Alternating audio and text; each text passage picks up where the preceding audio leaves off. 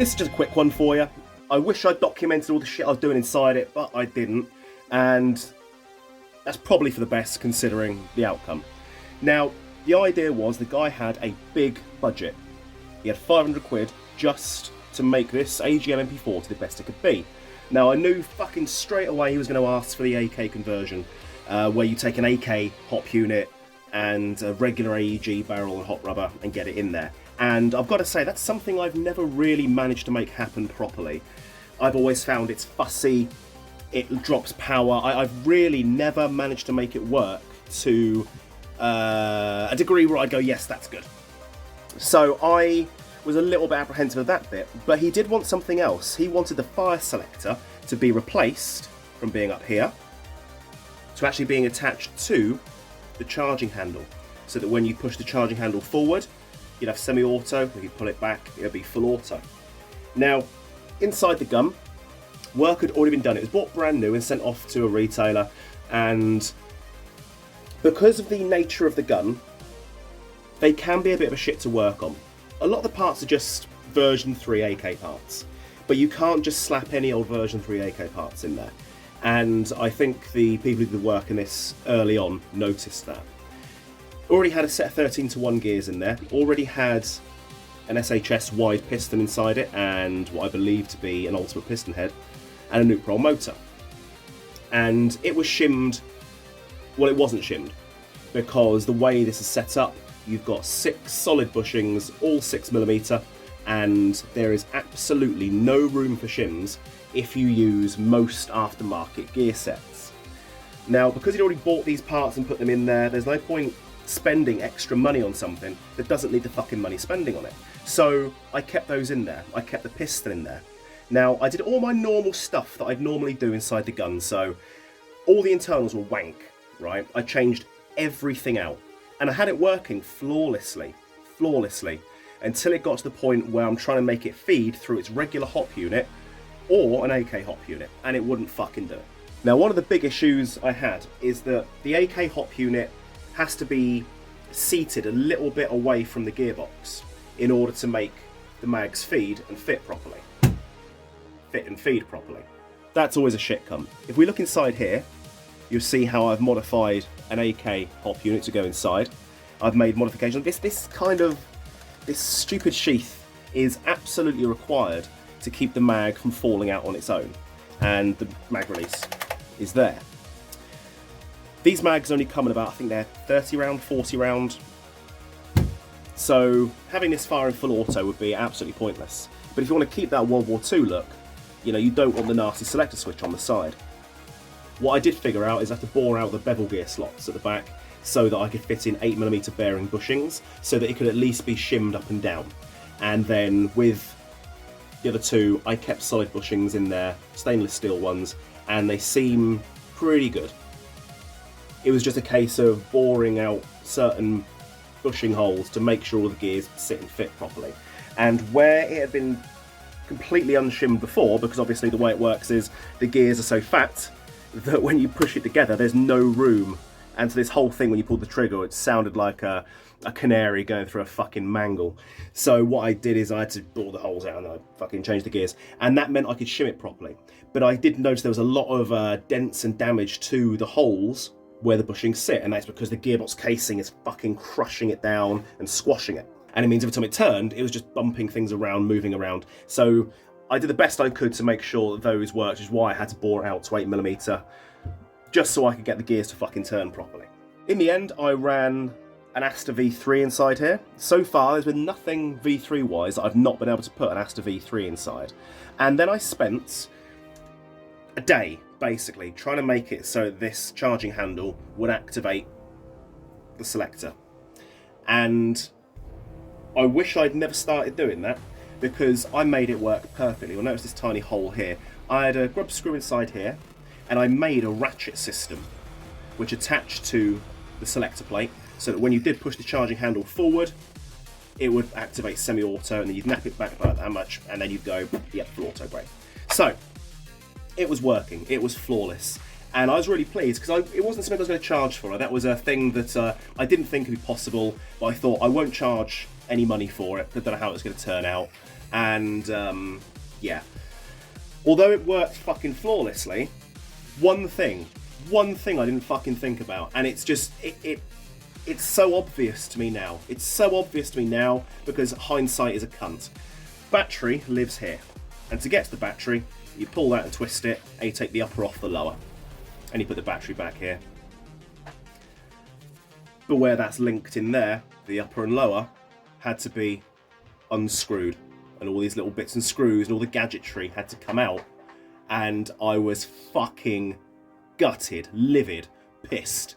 I was so unhappy with that. So in the end, I simply made it so that if you pull the trigger a little bit, it fires in semi, and then pull it all the way back, it will fire in full auto. That simple. Now, getting it up to power was difficult as well.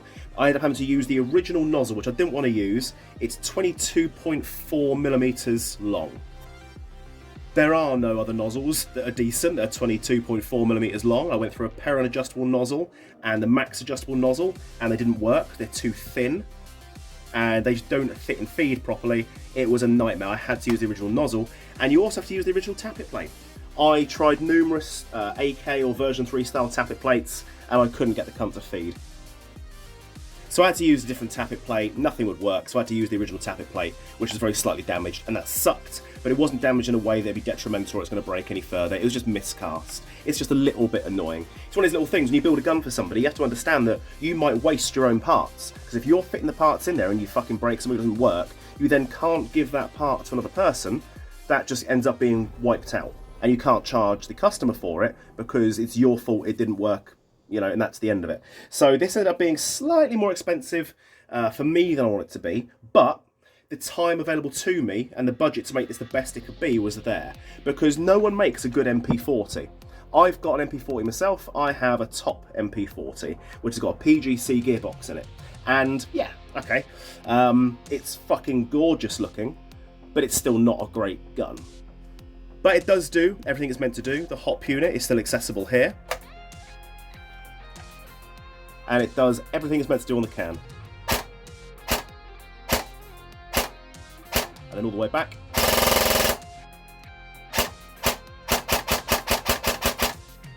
Other little bits and bobs I had to do to make sure that the switch, because obviously you've normally got a trolley system whereby it slides in and out to make contact.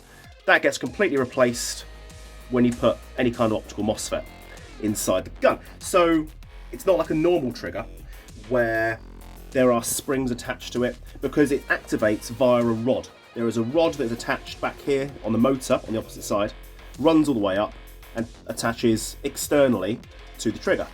But although that is kind of sprung, it's not very sprung. And so you're a little bit, what are we going to do with that? Because only the trigger has a spring on it. So I have had to modify it to take an external spring on the outside of the gearbox casing so that I can make the trigger reset properly. As you may know, I'm not a massive fan of World War II style guns. I don't think they're attractive looking. And somebody made a meme, very good meme, that basically pointed out that I don't like World War II guns. And then he put an entire meme up of all these different, my face and all the different World War II guns. And I was like, yeah, that's all well and good. But the vast majority of World War II guns, World War I guns especially, I don't think they are cosmetically attractive. This is an uncomfortable gun to fire.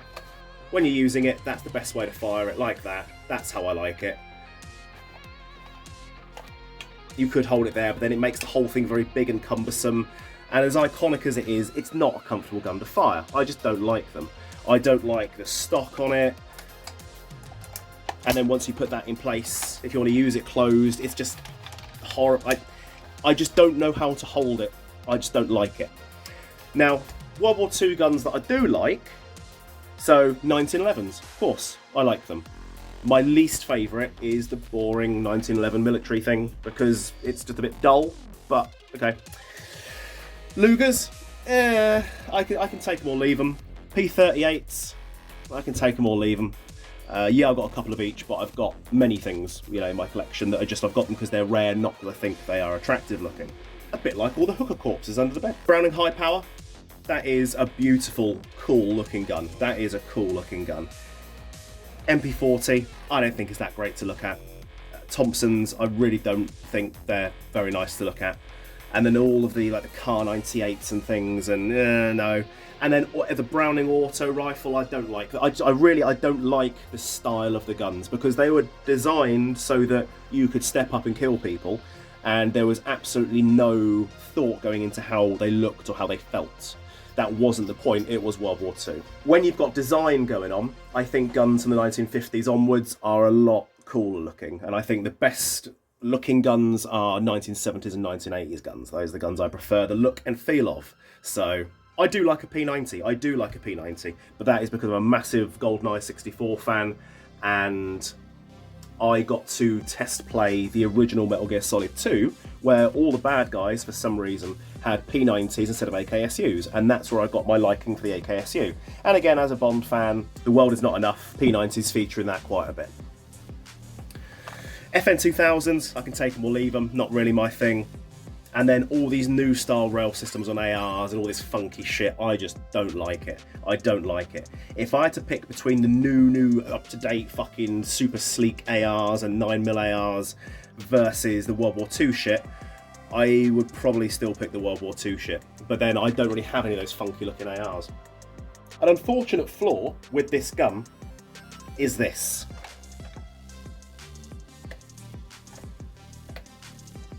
It's a cheap gun.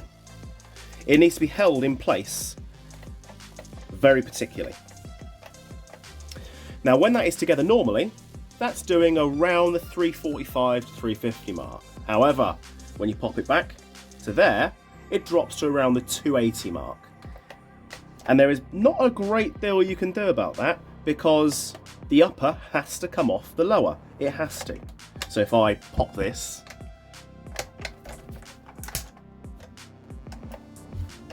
okay, that's where the battery lives. So I'm a little bit bollocksed. You'll see back here damage that was already on there. I don't know how that damage got there. I don't know who put the damage there, but that's really dumb. To get this all to stay together nicely, I had to drill a hole in the back of the gearbox casing and then run this nice screw in the back to hold the spring guide in place. Keeps it more consistent, so you have radius, the gearbox, and all the stuff I'd normally do. But trying to find a way so that doesn't move backwards and forwards like this, that's very, very, very annoying. Very annoying, because it's entirely dependent on that pin. So we need to find a way to lock the upper to the lower. Again, that is floppy as fuck. And you can get in there with a screwdriver and try and get those two screws, but it's something you want to keep repeating the process of. And that's all it takes to fucking make it wobble again. It's shonk, but it's a very, very, very cheap gun. I'm surprised no one has refined the internal design of this gun. I really am. Now, if you want to get past that stupid fucking problem whereby that moves too much, I've just done the modification now. As you can see, no movement. And it's pretty simple. It's pretty simple. You pop out that pin and twist it, and then you run a grub screw to this little bar here. The bar obviously slides in, there's a hole in it, that pops in. All you do is drill a hole through the bar like this.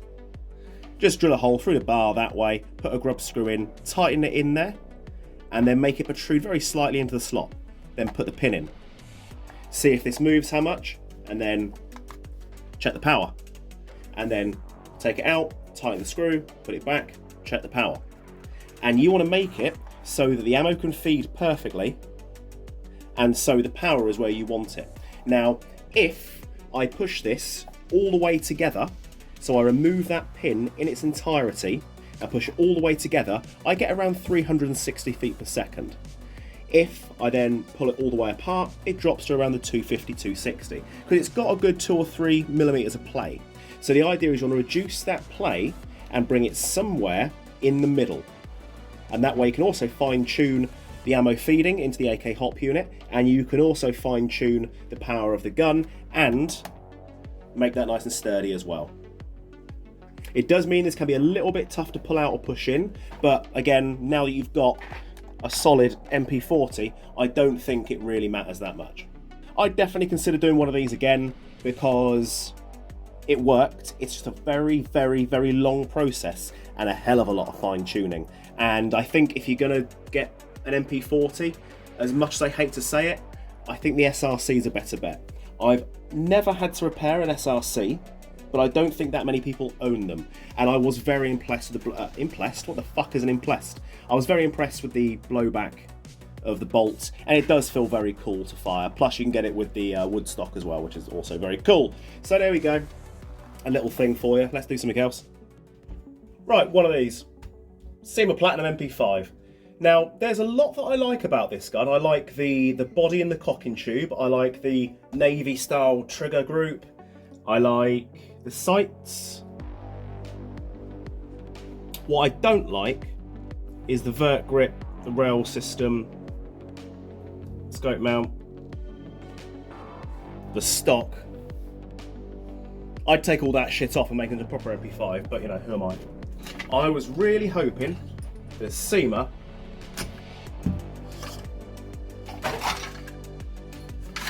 would put in a QD spring at the back, and they haven't, and that's just so wanky. Like, come on, guys. Oh, what is with that trigger? It's not a bad looking little gearbox, is it? Okay, check this shit out. There's the piston all the way forward. And it is marrying up perfectly. Absolutely perfectly. The MOSFET here looks different. It looks like it's been slightly refined since the last iterations.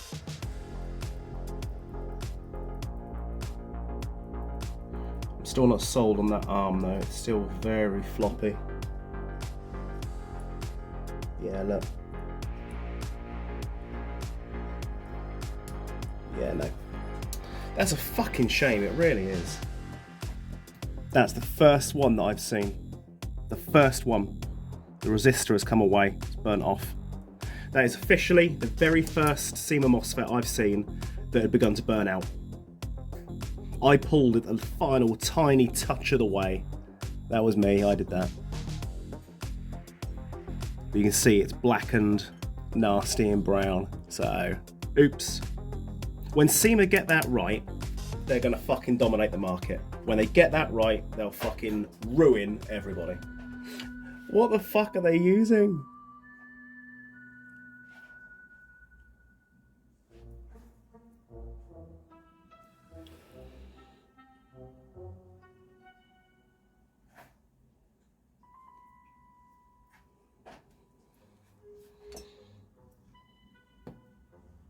Oh.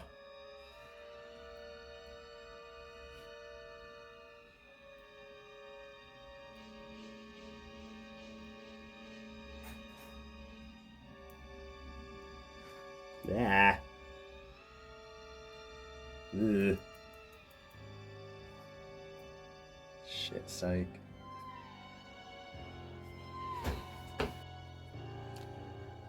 Okay, so I'm going to go with the Perrin Hybrid V2. This is currently my favourite MOSFET that Perrin brought out in terms of internal MOSFETs. And I think as far as internal MOSFETs go, I've had no failures of these yet. Every MOSFET I've ever tried by every company has had a failure. These, I've had no fucking failures. So I'm trying to put in as many guns as I can because I really do think they're fucking awesome. That needs to be removed completely. Ordinarily, I'd be stuffing this on my bench drill or throwing it on my lathe, but people don't have access to that kind of shit, but people do have access to a drill, so I'm going to show you how to do it with a drill.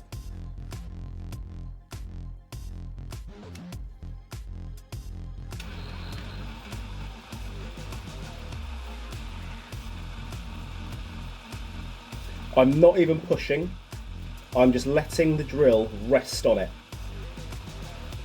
I'm applying absolutely no pressure. And then Obviously worth noting, this is never going to be holding a screw ever again. So we don't need to worry that it's getting bored out in a sort of conical shape. Ain't got to worry. All hail the return of the gammy toothbrush. I thought I'd do a nice clear video today so you can see everything that I'm doing. But I've also put it using a camera angle that somebody complained about once.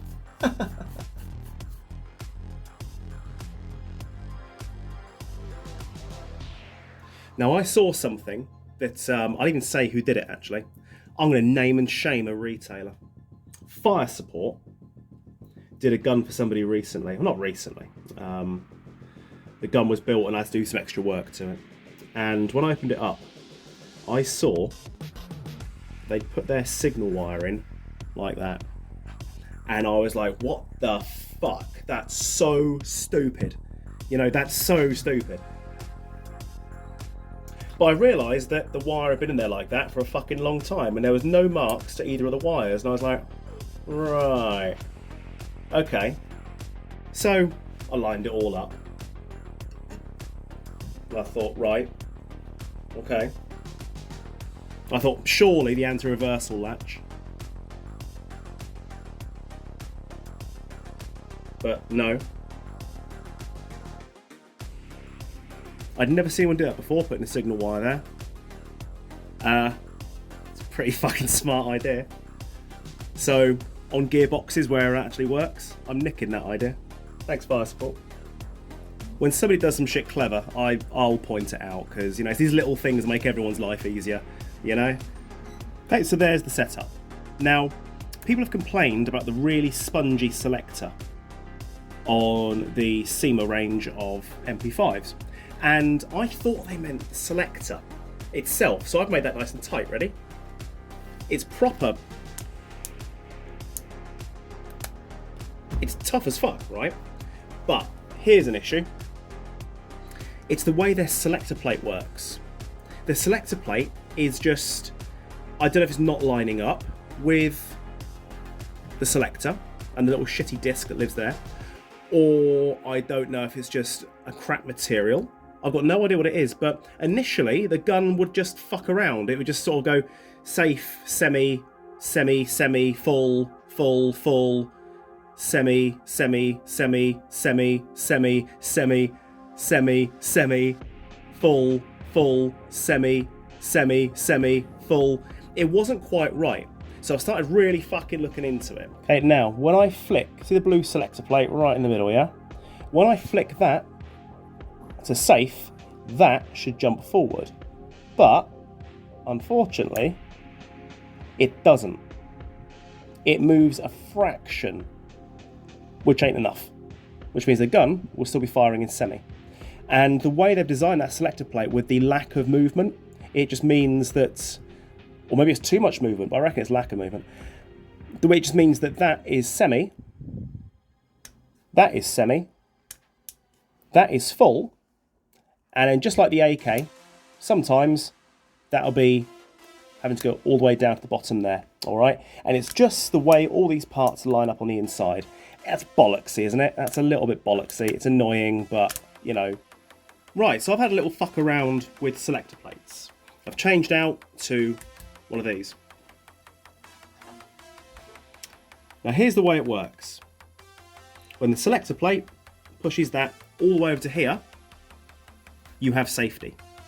I drop it just to there, safety, safety, firing mode, right?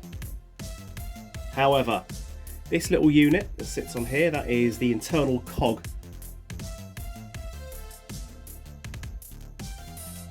If I want the gun on full auto, it sits about there. And then as I turn it, it moves over to semi. It's about there. As you can see, where this lines up here, and it's still able to pull, it's just not able to push that far enough. So there's your final product. 8 Astas inside it. It works flawlessly. Now, nothing against the Perrin V2 hybrid, because I still maintain they're my favourite internal MOSFET for the V2. Only issue with this is that the selector plate, I went back to the original blue one, and the sticker just kept getting torn off because the way it slides across the gearbox. And for some reason it wanted to pull over just a millimetre too far, and that just kept tearing the sticker off, and that was a problem. So I had to remove the manual safety and fit the Aster in, and normally the Aster will allow the manual safety to fucking stay in there, and in this case I thought, well, I'm going to take it out in case it's still fucking around, but I managed to get it in there and it started to line up a bit better. So now we've got a fully working gun. Safe, and then semi,